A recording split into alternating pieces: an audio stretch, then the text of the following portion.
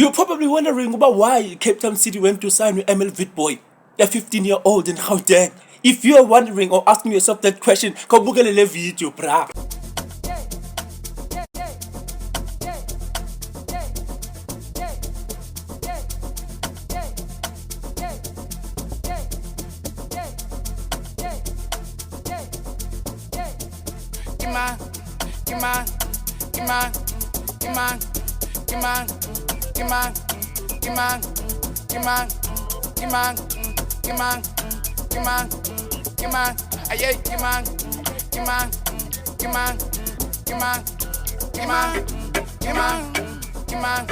Yabona balento buyicinga ke yokuba yiyo because I mean like beke khona need yobuyicinga ba into bakutheni Cape Town City sayile light because jonga show me your number ibethi kade ayihoyanga step over iphume kanje those defense splitting passes, damn man, he's that much of a footballer. All the best in one, man. Yeah.